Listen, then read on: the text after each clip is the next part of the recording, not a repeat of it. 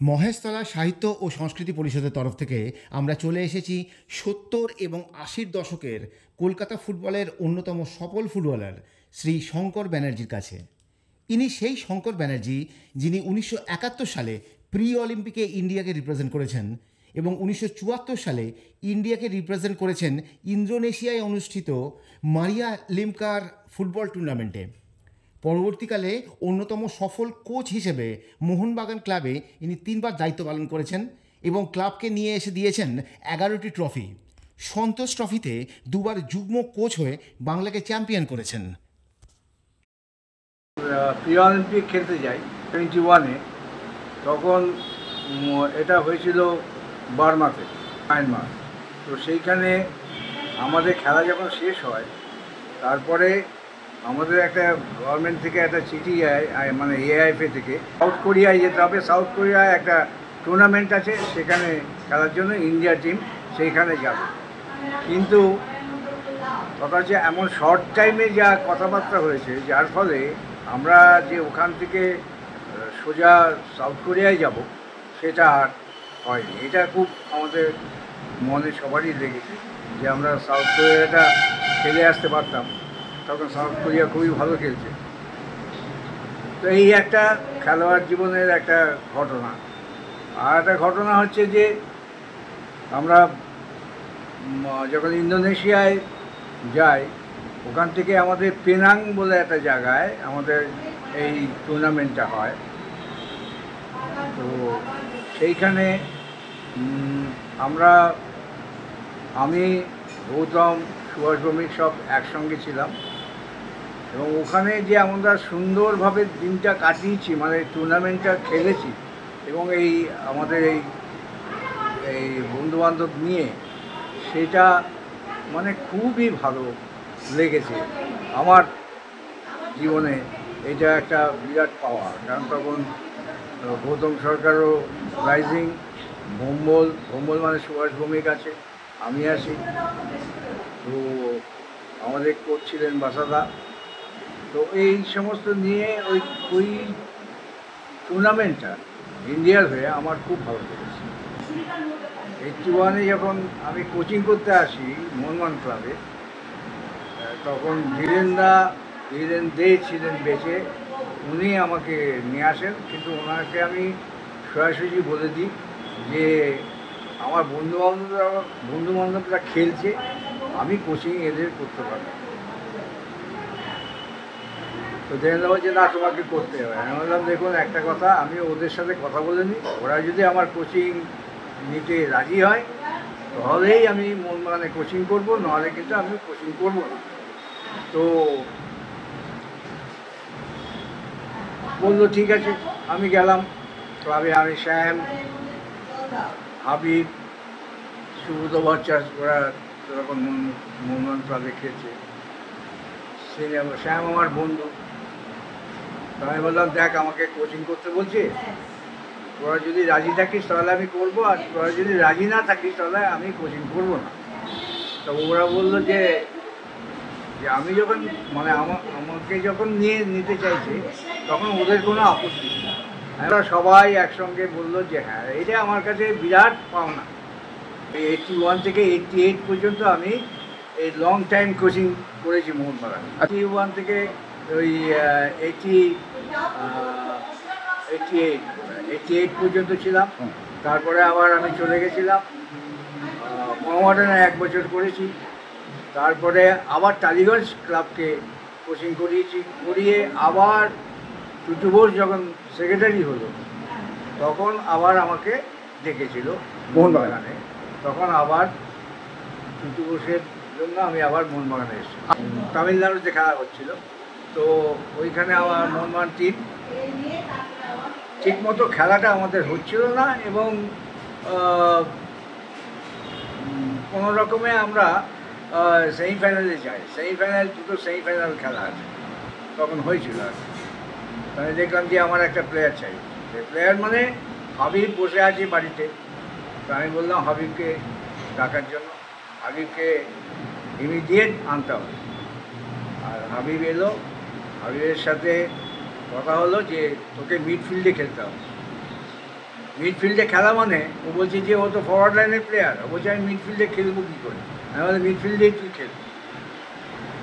তো এইসব ওকে বুঝিয়ে ছুচিয়ে মিডফিল্ডে যখন নামালাম, আমার এই টিমটা একের দিকে মিহির, একদিকে হাবিব, তারপরে পুরো টিমটা একটা অন্য লেভেলে চলে গেল, শ্যাম ওপরে। তো এই টিমটার ছন্দটা ওই সেমিফাইনাল থেকে পেয়ে গেলাম, কারণ ইস্টবেঙ্গলকে আমরা বলে বলে ফার্স্ট লিগে 3 গোল মারলাম। তো সেইটা চ্যাম্পিয়ন হয়ে আসলাম। ওই টিমটা এত ভালো ছিল যে আমার চিন্তা করা যায় না। ট্রফিতে আমাকে মানে 2জন কোচ হিসেবে, সিনিয়র কোচ হিসেবে আমাকে নিয়েছিল, আর সুদীপ চ্যাটার্জি মানে টুলু, ও জুনিয়র, ওই হ্যান্ডেল করবে, ওকে আমি হেল্প করার জন্য। তো মোটামুটি বাইচুং ছিল, বাইচুংই ক্যাপ্টেন। বাইচুং আমি বললাম, ফাইনালে আমরা গেছিলাম যখন, ফাইনালে করে আমি বললাম যে টিম মিটিং যে হচ্ছিল তাতে আমি বললাম যে বাইচুংকে ছেড়ে তোমাদের 10 জনকে খেলতে হবে, তোমরা পারবে না পারবে না। বাইচুং শুধু মাঠে দাঁড়িয়ে থাকবে, এছাড়া তোমাদের যদি খেলতে পারো তবে তোমরা। ওই বাইচুং বলে আছে, আর বাইচুংকে সব বল দেওয়া, ওটা চলবে। তখন সবাই বললো হ্যাঁ ঠিক আছে আমরা রাজি। আমি বললাম বাইচুং নিজের মতো যেরকম খেলবে, কিন্তু তোমরা খেলবে আলাদা, বাইচুং আলাদা।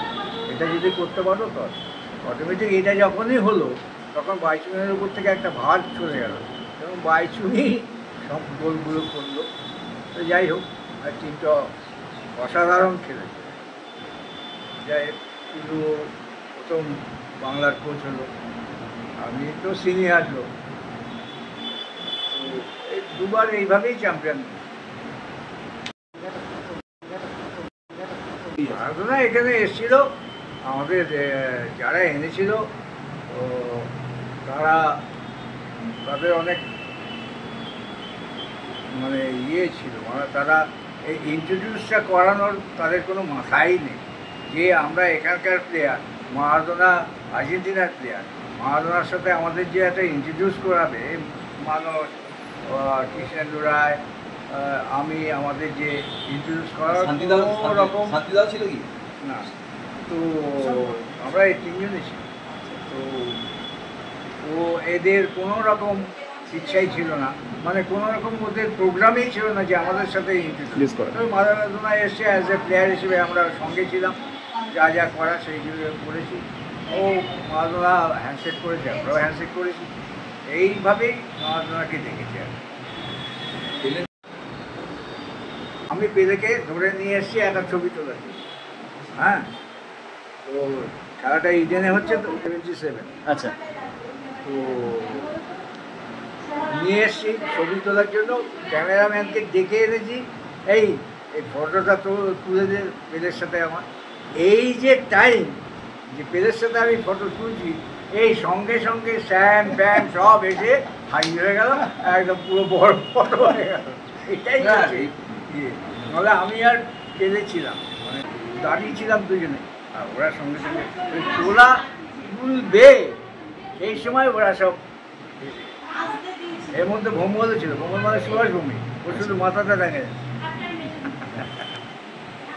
ফুটবলে আমাদের আইএসএলের বিদেশে যারা আসে ওদের উন্নতি হচ্ছে, আমাদের এখানকার কোনো উন্নতি আমি দেখতে পাচ্ছি না এখন পর্যন্ত। তার কারণ হচ্ছে যে কী সিস্টেমে আইএসএল খেলা হচ্ছে, কেন আইএসএল খেলা হচ্ছে, আমাদের দেশের ছেলেদের কি লাভ হচ্ছে, সেইটাই আমি বুঝতে পারছি।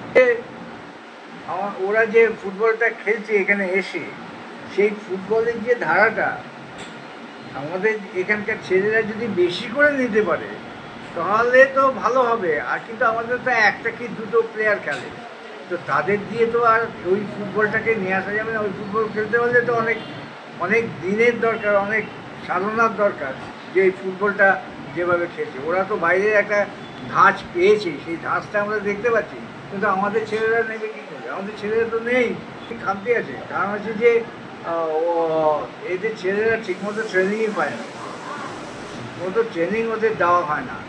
ঠিকমতো ট্রেনিং বা গভর্নমেন্টের ব্যাকিং থাকলে আমাদের প্রত্যেকটা স্টেটের যদি ব্যাকিং থাকে ফুটবলের উপরে, তাহলে ফুটবলটা আসতে পারত, কিন্তু সেরকম হয়নি। এখন ক্রিকেট নিয়ে সব ব্যস্ত। এখন গার্জিয়ানরা তারা ছেলেদের নিয়ে যাচ্ছে ক্রিকেট ব্যাট হাতে মাঠে।